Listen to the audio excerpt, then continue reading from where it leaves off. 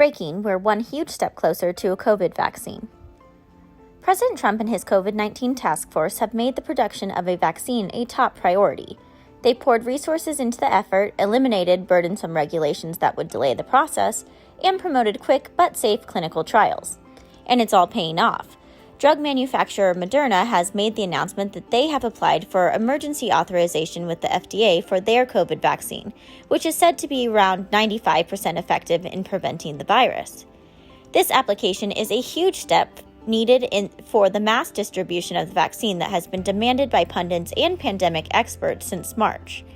Moderna said in a press release that the company was on track to produce 20 million doses by the end of December and 500 million to a billion doses in 2021. According to them, each person requires 2 doses administered a month apart, so 20 million doses will be enough for 10 million people. Moderna's vaccine is the second virus killer waiting for emergency approval by the FDA.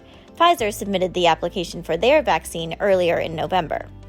If the FDA approves the emergency request, the first vaccinations could be ready for Americans before Christmas.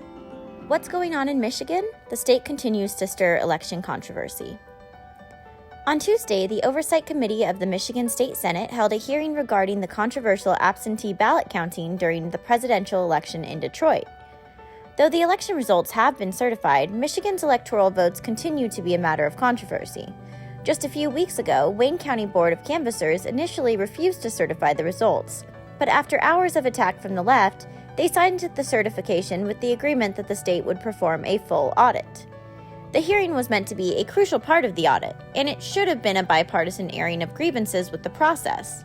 Of course, in a year like 2020, bipartisan is practically an impossible idea. The committee immediately angered conservatives when they refused to include the testimony of President Trump's legal team. That was a huge deal because the Trump team is said to have over 100 affidavits from observers of the ballot counting process.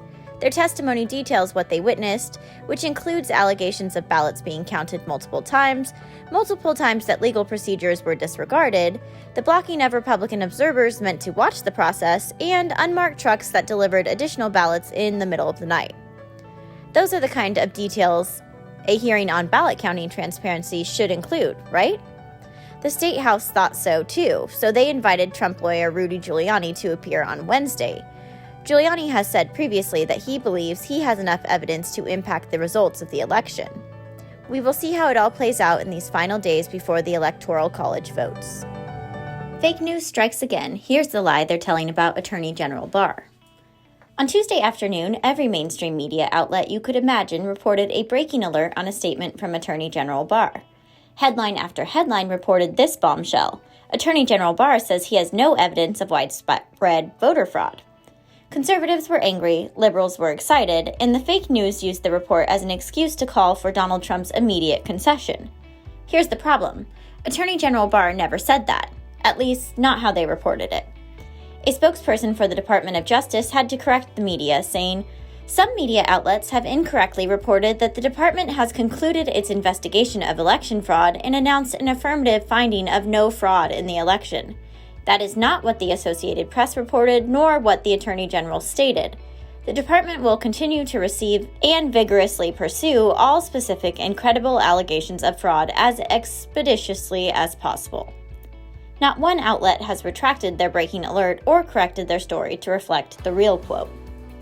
Breaking, Justice Department files lawsuits against Facebook.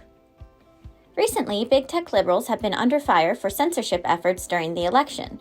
They've silenced conservatives, blocked news they viewed as harmful to the Biden campaign, and discriminated against users for their political views. And, as it turns out, that little issue with discrimination extends far beyond politics for Facebook. Now, they could be in big trouble. The Department of Justice announced on Thursday that they had filed a formal lawsuit against Facebook for discriminating against American workers.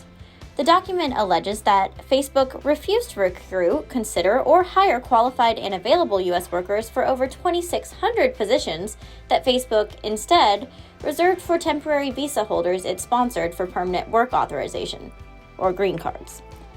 The DOJ alleges that Facebook intentionally created a hiring system in which it denied qualified U.S. workers a fair opportunity to learn about and apply for jobs.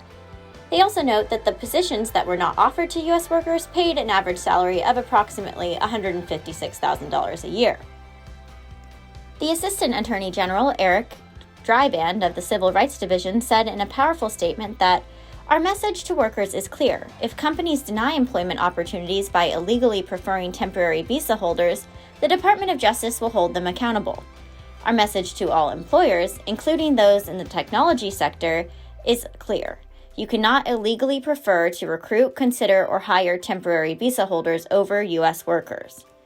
The lawsuit was filed after a nearly 2-year-long investigation, and top civil rights lawyers are saying it's going to be a tough one to beat, especially in the current political and economic environment.